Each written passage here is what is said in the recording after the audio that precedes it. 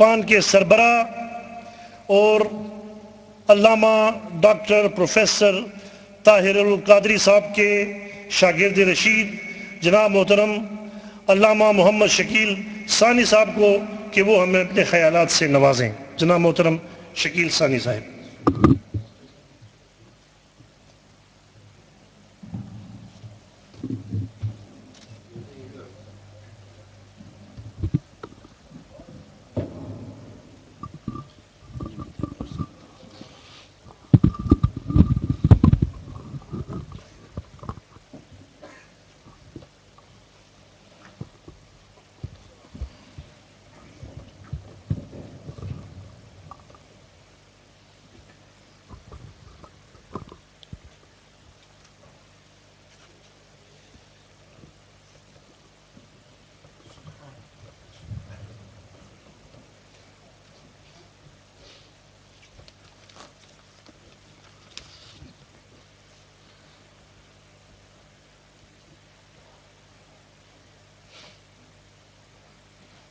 نحمده ونصلي ونسلم على رسوله النبي الأمين المكين الحنين الكريم الرؤوف الرحيم أما بعد فأعوذ بالله من الشيطان الرجيم بسم الله الرحمن الرحيم قال اللہ تبارک و تعالی فی القرآن المجید قل یا عبادی الذین اسرفوا علی انفسهم لا تقنطوا من رحمت اللہ ان اللہ یغفر الذنوب جميعا صدق اللہ مولانا العظیم۔ قابل صد احترام ذی احتشام حضرت علامہ حافظ فیض اللہ سعیدی صاحب دامت برکاتہم العالیہ، قابل صد احترام محترم احمد سید بھٹی صاحب، قابل صد احترام ماہر محمد عظیم صاحب، ذی احتشام ملک حبیب الرحمن صاحب، قابل صد احترام محترم سکندر علی صاحب اور امجد صاحب، میرے نہایت ہی وعد الاحترام محترم نعیم خان صاحب، محترم محمد سلیم خان صاحب جوائنٹ سیکرٹری تحریک منہاج القرآن جاپان گمکن سے تشریف لائے ہیں، اور ہماری این پی یو کے چیئرمین روح رواں تحریک منہاج القرآن کے محترم صالح خان افغانی صاحب، دیگر قابل صد احترام مہمانان گرامی قدر، ہماری آج کی اس بزم میں الحمدللہ جاپان بھر کی قرب و جوار کی مساجد سے احباب تشریف لائے ہیں، یاشیو سے محترم نذیر صاحب تشریف لائے ہیں الحمدللہ، چیبا کین سے سکندر صاحب امجد صاحب پوری ٹیم کے ساتھ آئے ہیں، سائتامہ کین سے محترم ملک حبیب الرحمن صاحب، رانا عمر صاحب اپنی ٹیم کے ساتھ تشریف لائے ہیں، ہمارے بنگلہ دیش کے کثیر ساتھی آج تشریف لائے ہیں، اور خصوصاً ہماری آج کی اس بزم میں حافظ قاری فیض اللہ سعیدی صاحب جو ابھی حال ہی میں در مصطفیٰ صلی اللہ علیہ وآلہ وسلم کی حاضری دے کر آئے ہیں۔ اللہ رب العزت ان سب کا آنا اپنی بارگاہ میں مقبول و منظور فرمائے۔ میں تمام احباب کا تہ دل سے شکر گزار ہوں کہ جنہوں نے ہماری دعوت پہ لبیک کہا اور آج کی اس بابرکت محفل میں تشریف لائے۔ آج کی یہ بزم جیسا کہ آپ نے شروع میں محترم انعام الحق صاحب کا اعلان سماعت کیا، ہم نے جاپان کے اس پورے چھٹیوں کے ویک کو گولڈن ویک کی طرح منایا، ہر روز ایک نئی جگہ پہ درس قرآن رکھا۔ الحمدللہ آج اس پروگرام کا چھٹا پروگرام ہے، اور کل 7واں پروگرام جس پہ ہم کل اختتام کریں گے وہ ایک بہت ہی خوبصورت روحانی ٹور ہوگا۔ ہم کل صبح 7 بجے یہاں سے 8 بجے نکلیں گے، تقریباً 70 کے لگ بھگ دوستوں کے نام ہمارے پاس آ چکے ہیں، اور باقی کچھ لوگ جو ہمیں ٹوکیو سے جوائن کریں گے، کچھ لوگ ہمیں جوائن کریں گے ناگویا سے، اور کچھ ہمیں شیزوکا کین سے جوائن کریں گے۔ اس طرح یہ ایک بہت بڑا قافلہ بن جائے گا۔ یہ قافلہ ایک روزہ فقط اللہ اور اس کے رسول کی محبت میں ہم فیوجی ساں، جسے جہاں جاپانیوں کا جس کے بارے میں عقیدہ کہ یہ خدا ہے، مگر ہمارا عقیدہ یہ ہے خدا تو نہیں، تیری چھت پہ بیٹھ کے، تیری چوٹی پہ بیٹھ کے خدا کے بندے اپنے خدا کا ذکر کرنے آ رہے ہیں۔ ہم فقط وہاں جو ہم نے شیڈول طے کیا ہے 2 نمازیں پڑھیں گے وہاں جا کر، نماز ظہر اور نماز عصر، اور اسی درمیان ہم محفل ذکر کریں گے، درود و سلام پڑھیں گے اور اللہ رب العزت کی نشانیاں دیکھیں گے، پھر واپس پلٹ آئیں گے۔ ہم نے کل کا یہ پروگرام جو رکھا ہے الحمدللہ، اس میں کم و بیش 25 کے لگ بھگ بنگلہ دیش کے ساتھیوں کے نام آئے ہیں۔ محبوب صاحب یہاں تشریف فرما ہیں، روح رواں جو سالار قافلہ ہیں، میں ان کو مبارکباد دیتا ہوں، اور یقیناً یہ ایک بہت بڑی کاوش ہے دوستوں کی کہ اپنا ٹائم نکال کے اللہ اور اس کے رسول کی رضا کے لیے ایک دن ہم گھر سے نکلنے جا رہے ہیں۔ جو دوست ابھی سوچوں میں ہیں، وقت گزر جائے گا، پھر وقت نہیں ملے گا، پروگرام کے بعد ہمارے پاس ابھی بھی گنجائش ہے، جتنے بھی دوست آ جائیں گے، ہم نے اتنی گاڑیوں کا ارینج کیا ہوا ہے، اور شیزوکا کین میں تمام احباب کے لیے وہاں کی جو ہماری تنظیم ہے منہاج القرآن کی، انہوں نے آپ کے لیے ارینج کیے ہوئے ہیں، آپ کے استقبال کے لیے، آپ کے لنگر کے لیے۔ تو میں تمام دوستوں کو بار دیگر دعوت دوں گا کہ ایسے موقع روز روز ہاتھ میں نہیں آتے، چانس ہے، اس کو ضرور ویل کریں، اللہ کی نشانیاں دیکھیں۔ اللہ کا حکم ہے قرآن میں سیروا فی الارض، زمین میں گھومو پھرو اور اللہ کی آیات، اللہ کی نشانیاں دیکھو۔ تو انشاءاللہ تعالیٰ کل ہم اس گولڈن ویک کو اینڈ کریں گے، اور پھر انشاءاللہ جب بھی موقع ملا، اسی طرح ہم جب بھی ہمیں کوئی موقع ملے گا، ہم انشاءاللہ تعالیٰ بھرپور فائدہ اٹھائیں گے۔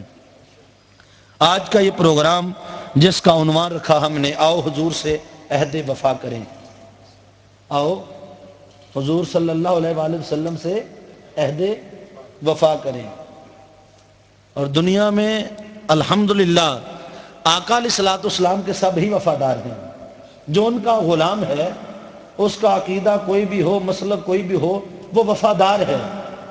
نبی سے کوئی بے وفائی نہیں کر سکتا۔ مگر ہم نے آج صرف اپنے اس عہد کو، اس وعدے کو پھر سے یاد کرنا ہے کہ ہم تاجدار کائنات صلی اللہ علیہ وآلہ وسلم کے کرم کی خیرات پہ پلتے ہیں، تو کیوں نہ ہم آقا تاجدار کائنات صلی اللہ علیہ وسلم سے پھر ایک بار عہد وفا کریں کہ آقا جو ہم سے کمزوری سستی ہو گئی، آپ درگزر کر گئے، کرم فرما گئے، ہم آج پھر عہد کرتے ہیں، توبہ کرتے ہیں، اپنے گناہوں پہ نادم ہیں، شرمندہ ہیں۔ انشاءاللہ تعالی آج کا جو موضوع ہے اس کا عنوان ہے توبہ کی عظمت اور تاثیر، اور یہ ایک ٹوٹل روحانی قسم کا موضوع ہوگا۔ جس کی مٹی جتنی زرخیز ہوگی یہ اتنا اثر کرے گا، اور اگر کسی کو یہ بات سن لیں، اللہ کے فرمان کو سن کر، نبی کی فرمان کو سن کر، اس کے اولیاء کی ان کیفیات کو سن کر رنگ نہ بنے، دل میں نرمی نہ آئے، آنکھوں میں آنسو نہ آئے، تو سمجھ لیں اس کا رب ابھی ناراض ہے، ابھی سچی توبہ نہیں ملی۔ میری دعا ہے رب کائنات ہم سب کو سچی توبہ عطا فرمائے۔ انشاءاللہ تعالی پروگرام کے بعد آج دعا بھی خصوصی ہوگی، اللہ رب العزت شاید کسی کے صدقے، اس معصوم کے صدقے ہماری قبول فرما لے۔ اور یقین کریں، یہ جب بیٹا خطاب کر رہا تھا تو میرے رونگٹے کھڑے ہو گئے جسم کے، یعنی ایک ایک لفظ جو ایسے ادا کیا۔ اور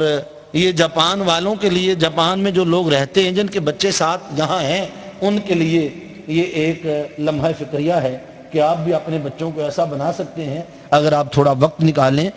ہم انشاءاللہ تعالی آپ کے بچوں کو پالش کرنے کے لیے، سکھانے کے لیے ہم وقت یہاں موجود ہیں 24 آور۔ جب بھی آپ کو وقت ملے، میری خدمات ہیں فی سبیل اللہ، ہم کوئی پیسے کے طمع والے نہیں ہیں، نہ ہمیں لالچ ہے، اللہ نے بڑا دے رکھا ہے۔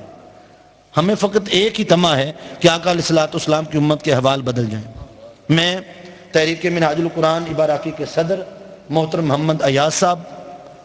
اور فیصل ملک صاحب، عمران بیگ صاحب، اشفاق خان صاحب اور ان کی جملہ ٹیم کو 100 بار بات پیش کرتا ہوں، اور سب سے بڑھ کر اس پورے پروگرام کے کوآرڈینیٹر روح رواں محترم محمد انعام الحق صاحب، جو کہ ہمارے صدر ہیں منہاج پیس اینڈ انٹیگریشن جاپان کے، اور اس مسجد کی جو انشاءاللہ تعالی تعمیر شروع کر رہے ہیں، اس کی تعمیراتی کمیٹی کے بھی ہیڈ ہیں. ان کی یہ ساری کوشش تھی، کاوش تھی، اور انہی کی کاوش سے ہم بھی ساتھ گرتے پڑتے ان کے ساتھ چلتے رہتے ہیں، اور ہماری بھی بات بنتی رہتی ہے. ان سب کے صدقے میری دعا ہے اللہ تعالیٰ میری اس ٹیم کو سلامت رکھے، اور میری اس نئی ٹیم میں شامل ہونے والے چیبہ کین سے اسکندر صاحب، امجد صاحب، اور یہ جو سائتامہ کین سے رانا عمر صاحب اور ان کی جملہ ٹیم، اور باقی جتنے بھی یو پی سے دوست آئے ہیں، میری دعا ہے رب کائنات یہ سارا درد جو انہیں ملا ہے سب کو مل جائے، تاکہ ہمارے دلوں کی کیفیت بدل جائے. آئیے ہم قرآن مجید فرقان حمید کی تلاوت کردہ آیہ کریمہ پہ اپنی بات کرتے ہیں. میں نے آپ کے سامنے سورہ زمر کی آیت نمبر جو تلاوت کی 53 39 نمبر سورت ہے، 53 نمبر آیہ کریمہ ہے. اللہ رب العزت نے حضور تاجدار کائنات صلی اللہ علیہ وآلہ وسلم کو وحی بھیجی، فرمایا قل، اے میرے مصطفیٰ، اے میرے منموہن، اے میرے حبیب، اپنی میٹھی میٹھی زبان سے اعلان کر دے. قل، تو فرما دے. کسے؟ یا عبادی الذین اسرفوا علی انفسہم، میرے ان بندوں کو جنہوں نے اپنی جانوں پہ ظلم کر لیا ہے، جو گناہ کر کر کے تھک گئے ہیں، جنہوں نے گناہ کر کر کے مجھ سے دوری اختیار کر لی ہے، جو گناہ میں لت پت ہیں، جو گناہوں میں گھرے ہوئے ہیں، جن کی زندگی گناہ کا پلندہ بن گئی ہے. میرے مصطفیٰ ان گناہگاروں کو، ان سیاکاروں کو، ان نافرمانوں کو مصطفیٰ میرا پیغام رحمت دے دے. اے میرے وہ بندو جنہوں نے اپنی جانوں پہ ظلم کر لیا ہے، خطائیں کر لی ہیں، گناہ کر لیے ہیں، اے گناہگاروں میں رب کا پیغام رحمت سنو. لا تقنطو من رحمت اللہ، اے میرے وہ بندو جو گناہگار ہیں، اللہ کی رحمت سے کبھی نا امید نہ ہوا کرو. لا تقنطو من رحمت اللہ، اے میرے وہ بندو جنہوں نے گناہ کر لیے ہیں، اللہ کی رحمت سے کبھی نا امید نہ ہوا کرو، مایوس نہ ہوا کرو. کیوں؟ ان اللہ یغفر الذنوب جمیعا، بے شک اللہ تعالیٰ تو وہ ہے جو سارے کے سارے گناہ معاف فرما دیتا ہے. غور کرنا ہے، رب کائنات نے یہاں پیغام نیکوکاروں کو نہیں دیا، نماز پڑھنے والوں کو نہیں دیا، تہجد پڑھنے والوں کو نہیں دیا. پیغام ہے قل یا عبادی، اے میرے وہ بندو، قربان دے مولا تیری رحمت پر. گناہگاروں کو اپنا کہتا ہے، یا عبادی، ہے میرے وہ بندو جنہوں نے اپنی جانوں پہ ظلم کر لیا ہے. اللہ رب العزت یوں بھی خطاب فرما سکتا تھا، اے میرے بندو جنہوں نے اپنی جانوں پہ ظلم کیا ہے، اے بندو، مگر اللہ نے ایسا نہیں کیا. کیوں؟ کہ انسان جب خطا کرتا ہے، گناہ کرتا ہے، تو پھر گناہوں میں لت پت ہو جاتا ہے. شراب پی پی کے دل سخت ہو جاتا ہے، زنا کر کے، جھوٹ بول کے. وہ پھر ایک مقام ایسا آتا ہے، بندہ توبہ کرتا ہے پھر توڑ لیتا ہے، پھر توبہ کرتا ہے پھر توڑ لیتا ہے. پھر ایک مقام ایسا آتا ہے، بندہ سوچتا ہے اب میں کس منہ سے توبہ کروں مولا، اتنی بار تو تیرے ساتھ دھوکہ کر چکا. جب وہ مایوس ہو جاتا ہے پھر وہ ڈرتا ہے اللہ سے دور ہوتا چلا جاتا ہے، مایوس ہوتا چلا جاتا ہے. جب مایوسیاں حد سے بڑھ جائیں پھر اللہ کا پیغام رحمت آ جاتا ہے، اے مجھ سے مایوس ہونے والو، اگر تمہارے گناہ میری رحمت سے زیادہ ہیں تو دور چلے جاؤ، اور اگر میری رحمت تمہارے گناہوں پہ حاوی ہے تو آؤ سچے دل سے میری بارگاہ میں توبہ کر لو، میں سارے کے سارے گناہ معاف فرمانے پہ قادر ہوں. اور اللہ اگر یوں فرما دیتا اے بندو، تو ممکن ہے گناہگار ڈر جاتے، پریشان ہو جاتے کہ شاید اللہ کا عذاب آ رہا ہے، کوئی وعید آ رہی ہے. اب اللہ رب العزت نے پیغام اپنے مصطفیٰ کی میٹھی میٹھی زبان سے دیا، اے میرے وہ بندو، اے میرے بندو، کیونکہ آگے خطاب ہے الذین اسرفوا علی انفسہم، جنہوں نے اپنی جانوں پہ ظلم کر لیا. اللہ نے گناہگاروں سے فرمایا اے میرے بندو. اب گناہگاروں نے جب یہ پیغام رحمت سنا کہ مولا اتنے گناہوں کے باوجود بھی ہمیں اپنی بندگی سے خارج نہیں کیا،